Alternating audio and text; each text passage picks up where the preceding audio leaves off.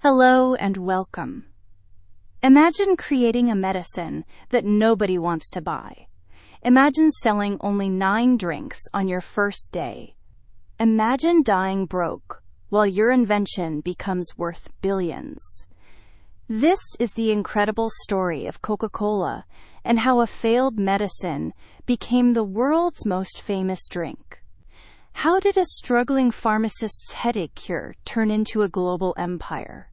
What mistakes nearly killed the brand before it started? What brilliant marketing moves made Coca-Cola part of human culture?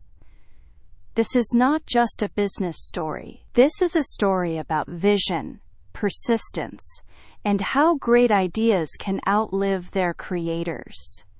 Are you ready to discover how one simple formula changed the world forever? Let's begin this amazing journey. This is the story of a medicine that failed, but created a legend that never dies.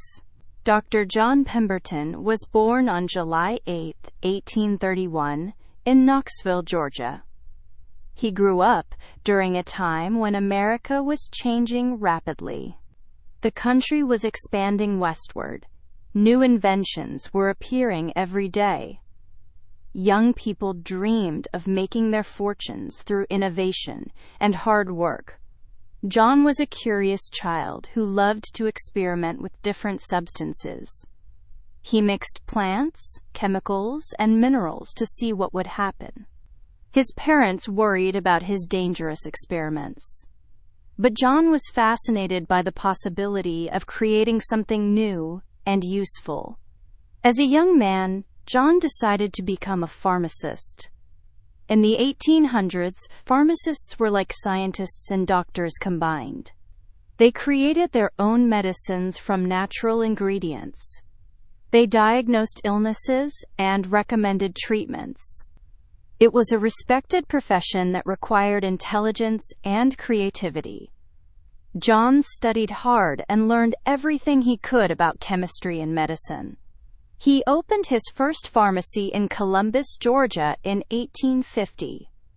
He was only 19 years old, but already showed great promise as an innovator and businessman. John's pharmacy was successful from the beginning. Customers trusted his knowledge and appreciated his dedication to helping them feel better. He created his own medicines and tonics that were popular throughout the region. People traveled long distances to buy his special remedies, but John was not satisfied with just running a successful pharmacy. He dreamed of creating a medicine that would help millions of people. He wanted to invent something that would make him famous and wealthy. This ambition drove him to experiment constantly with new formulas. In 1861, the American Civil War began. John felt duty-bound to serve his country, so he joined the Confederate Army as a cavalry officer. He fought bravely in several battles, but was wounded severely in the chest during the Battle of Columbus in 1865. The war injury changed John's life forever.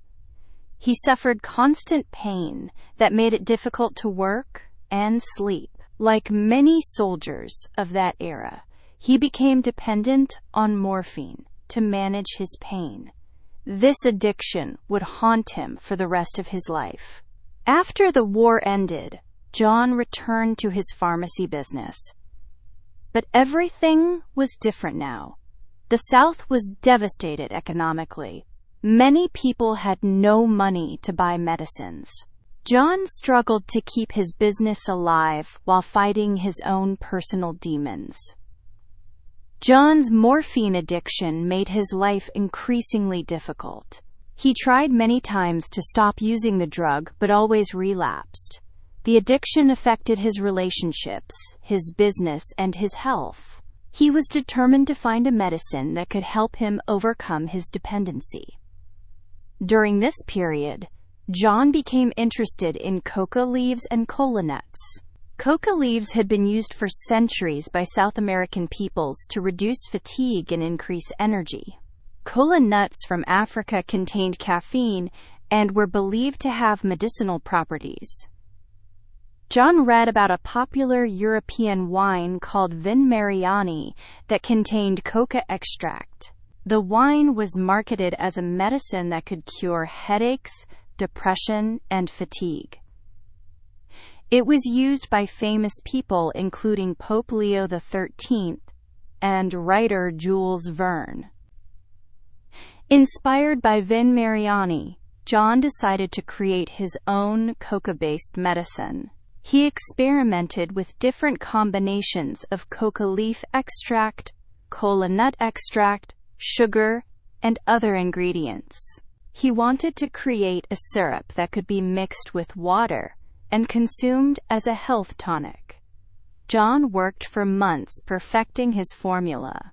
He tested different ratios of ingredients until he found a combination that tasted pleasant and seemed to provide energy and mental clarity. He was excited about the potential of his new creation. In 1885, John registered his first coca-based product called Pemberton's French wine coca. Like Vin Mariani, it was an alcoholic beverage that contained coca extract. John marketed it as a medicine that could cure headaches, relieve exhaustion, and calm nerves. French wine coca was moderately successful in Atlanta and surrounding areas. Customers appreciated its pleasant taste and energizing effects. John began to believe that he had finally created the breakthrough product he had been seeking for so many years. But John's success was short-lived. In 1886, Atlanta and Fulton County passed prohibition laws that banned the sale of alcoholic beverages. John's French wine coca suddenly became illegal to sell in his primary market. Rather than give up, John saw this setback as an opportunity to improve his product. He decided to remove the alcohol and create a non-alcoholic version of his coca-based tonic. He spent weeks experimenting with new formulations that would taste good without wine. John's breakthrough came when he decided to carbonate his syrup with soda water, instead of mixing it with wine. The carbonation made the drink more refreshing and gave it a unique character that distinguished it from other medicines and beverages of the time. On May 8, 1886, John took his new formula to Jacob's Pharmacy in Atlanta. The pharmacist mixed the syrup with carbonated water and offered it to customers as a fountain drink. This was the very first day that Coca-Cola was sold to the public. The reception was disappointing. Only 9 glasses of Coca-Cola were sold on that first day. Each glass cost 5 cents, so John earned only 45 cents from his revolutionary invention. He had expected much greater enthusiasm from customers. John was discouraged, but not defeated. He knew his product was good and believed that people would eventually appreciate its unique taste and energizing properties. He continued to refine the formula and look for ways to increase sales. John's business partner and accountant, Frank Robinson, suggested the name Coca-Cola for the new drink.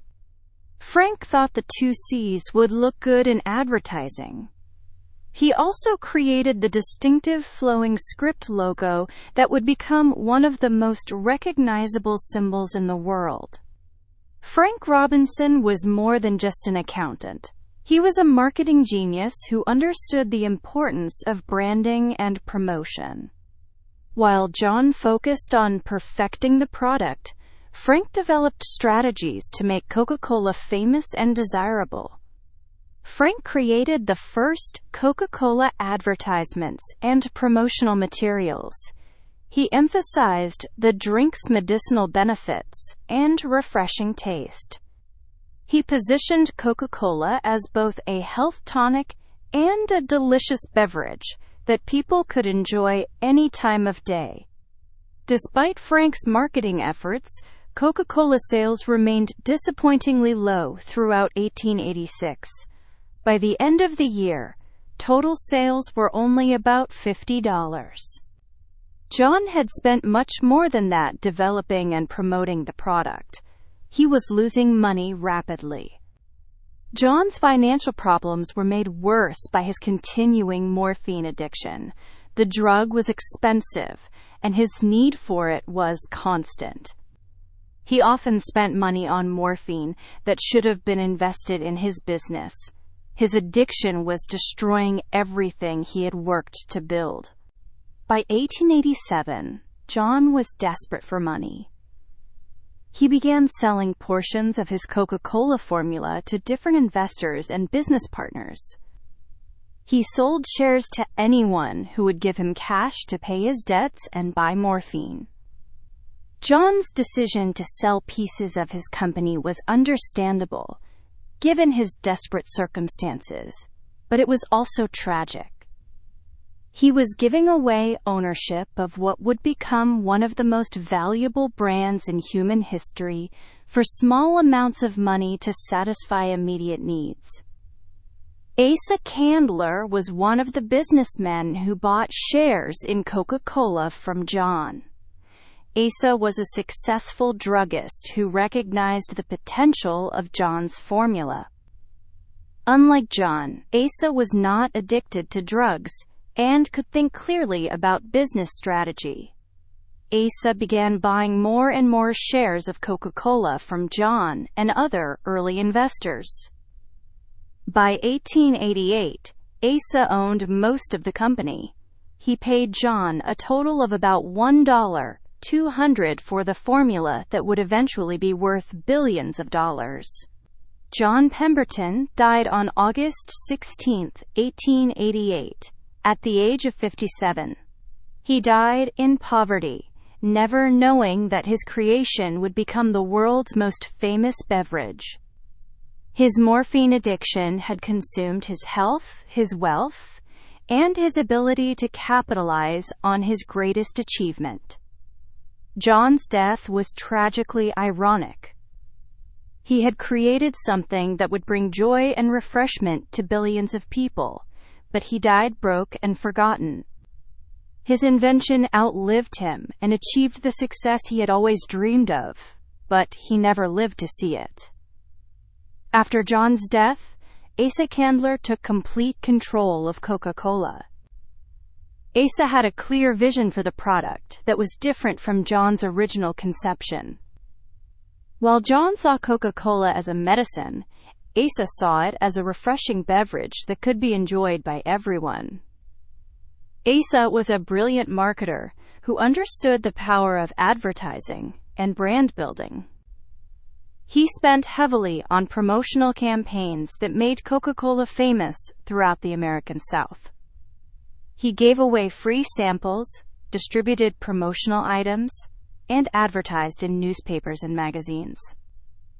One of Asa's most important decisions was to focus on the taste and refreshment of Coca-Cola rather than its medicinal properties. He positioned the drink as a delicious beverage that would make people feel good, not as a medicine that would cure specific ailments. Asa also invested in expanding Coca-Cola's distribution network. He established syrup manufacturing plants in different cities and created partnerships with soda fountain operators throughout the country. He made it easy for people to buy Coca-Cola wherever they went. By 1895, Coca-Cola was being sold in every state in America. The drink had become a national phenomenon that transcended regional boundaries. People everywhere recognized the distinctive taste and logo that Frank Robinson had created years earlier. Asa's marketing campaigns were revolutionary for their time. He created some of the first national advertising campaigns in American history. He used beautiful artwork, memorable slogans, and celebrity endorsements to make Coca-Cola seem glamorous and desirable. The famous slogan, "Delicious and Refreshing," captured the essence of what Coca-Cola represented to consumers. It was not just a drink, but an experience of pleasure and satisfaction. This emotional connection became the foundation of the brand's long-term success. Asa also recognized the importance of protecting the Coca-Cola trademark and formula. He registered the trademark in multiple countries and kept the recipe secret to prevent competitors from copying it. This secrecy created mystique around the brand that continues today. In 1899, Asa made another crucial decision. He sold the bottling rights for Coca-Cola to Benjamin Thomas and Joseph Whitehead for only $1. At the time, most Coca-Cola was sold at soda fountains, and Asa did not see much potential in bottled beverages. This decision turned out to be one of the most valuable business deals in history. Thomas and Whitehead created a bottling system that allowed Coca-Cola to be sold anywhere, not just at soda fountains. Bottled Coca-Cola could be taken home, to work, or anywhere else people wanted to drink it. The bottling system transformed Coca-Cola from a fountain drink into a portable beverage that could be consumed anywhere. This innovation dramatically expanded the potential market for the product and laid the foundation for its global expansion. By 1915, Coca-Cola was facing serious competition from imitators who were copying its taste and marketing approach.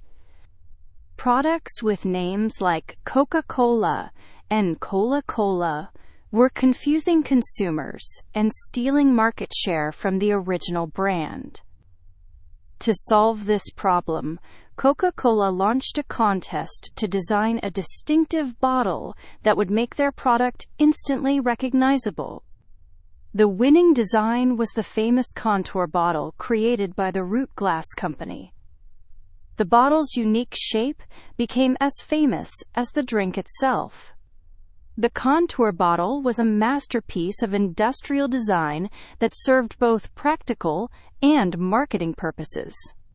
Its distinctive shape made it easy to identify Coca-Cola even in the dark or when the bottle was broken into pieces. No other beverage had anything like it. During World War I, Coca-Cola proved its patriotic credentials by supporting American troops overseas. The company provided Coca-Cola to soldiers at military bases and shipped the syrup to Europe so that American servicemen could enjoy their favorite drink while fighting for their country. This wartime support created an emotional bond between Coca-Cola and American identity that persisted long after the war ended. Coca-Cola became associated with American values like freedom, optimism, and the pursuit of happiness. The brand represented the best of American culture. In 1919, Asa Candler sold the Coca-Cola Company to a group of investors led by Ernest Woodruff for $25 million. This was an enormous sum of money at the time, and reflected the tremendous value that the brand had achieved under Asa's leadership. Ernest Woodruff's son, Robert Woodruff, became president of Coca-Cola in 1923. Robert would lead the company for the next 60 years and transform it into a truly global brand. Under his leadership, Coca-Cola expanded to countries around the world and became a symbol of American culture.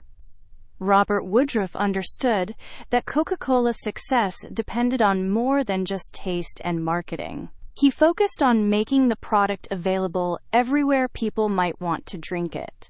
His famous goal was to ensure that Coca-Cola was within arm's reach of desire anywhere in the world.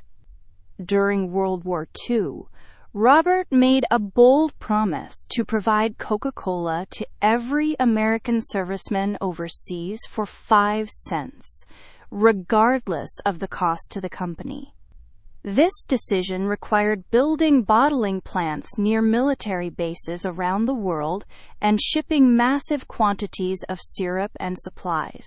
The wartime expansion introduced Coca-Cola to millions of people in countries that had never seen the product before. Local populations in Europe, Asia, and the Pacific discovered Coca-Cola through their interactions with American soldiers. This created demand that persisted after the war ended. By 1950, Coca-Cola was sold in more than 190 countries around the world. The brand had achieved something that no product in human history had accomplished before. It had become truly universal. People everywhere recognized the distinctive taste, logo, and bottle. Coca-Cola's advertising campaigns became increasingly sophisticated and emotionally powerful. The company hired the best artists, musicians, and writers to create campaigns that associated the brand with happiness, friendship, and positive life experiences. The famous "I'd like to buy the world a Coke" commercial from 1971 epitomized this approach. The ad showed young people from different countries singing together on a hilltop, suggesting that Coca-Cola could bring peace and harmony to a divided world. It was advertising as art and social commentary. Coca-Cola also became associated with major sporting events, holidays, and cultural celebrations. The company sponsored the Olympics, World Cup soccer, and other global events that brought people together. Coca-Cola was there for life's special moments. The brand's association with Christmas became particularly strong. Through decades of advertising, featuring Santa Claus drinking Coca-Cola, many people believe that Coca-Cola's advertising actually shaped the modern image of Santa Claus as a jolly man in a red suit, though this is not entirely accurate. Throughout the 20th century, Coca-Cola faced numerous challenges and controversies. Competitors launched new products that threatened its market dominance. Health concerns about sugar and caffeine created negative publicity. Political conflicts in various countries led to boycotts and protests. The company's most famous mistake was the introduction of New Coke in 1985. Coca-Cola changed its original formula to compete with Pepsi's sweeter taste. The change was a disaster. Customers rebelled, demanding the return of the original formula that they called Classic Coke. The New Coke controversy actually strengthened the brand by demonstrating how much people cared about the original product. The company quickly returned to the original formula and learned never to mess with something that customers loved so deeply. Today, Coca-Cola is the world's most valuable beverage brand and one of the most recognized symbols in human history. The company sells nearly 2 billion servings of its products every day in more than 200 countries. Its logo is recognized by 99% of the world's population. But the numbers only tell part of the story. Coca-Cola has become woven into the fabric of human culture in ways that its creators never imagined. It appears in movies, music, art, and literature. It represents ideas about happiness, youth, and the good life. The transformation from John Pemberton's failed headache medicine to a global cultural phenomenon illustrates several important principles about innovation and business success. First, great ideas often come from unexpected places and may not be recognized immediately by their creators or the public. Second, the initial vision for a product may be completely different from what makes it successful in the marketplace. John saw Coca-Cola as medicine, but Asa Candler recognized its potential as a refreshing beverage. Being flexible about how products are positioned can be crucial to their success. Third, marketing and branding can be more important than the product itself in creating long-term success. Coca-Cola's taste is certainly distinctive, but its emotional associations and cultural meaning have been equally important to its global dominance. Fourth, distribution and availability are critical factors in building a mass-market brand. Robert Woodruff's focus on making Coca-Cola available within arm's reach of desire was essential to its worldwide expansion and market leadership. Fifth, consistency over long periods of time builds brand equity that becomes almost impossible for competitors to match. Coca-Cola has maintained its basic identity and values for more than 130 years, creating trust and emotional connections that span generations. The story of Coca-Cola also illustrates the tragedy and opportunity that often accompany innovation. John Pemberton created something revolutionary, but died before he could benefit from his invention. His personal struggles prevented him from capitalizing on his genius. At the same time, other people like Asa Candler and Robert Woodruff recognized the potential that John could not fully realize. They built upon his foundation to create something far greater than he had ever imagined. Innovation is often a collaborative process that spans multiple generations. The success of Coca-Cola changed how businesses think about branding, marketing, and global expansion. Before Coca-Cola, few companies had attempted to create truly global brands with consistent messaging and positioning across different cultures and languages. Coca-Cola proved that products could transcend national boundaries and cultural differences by focusing on universal human emotions and experiences.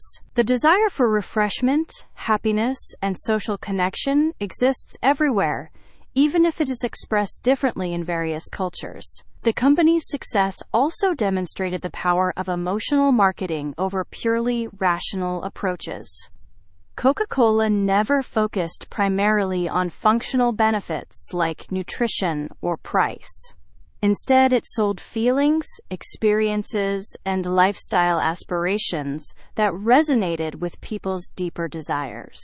Today's marketing industry owes much to the innovations pioneered by Coca-Cola over the past century.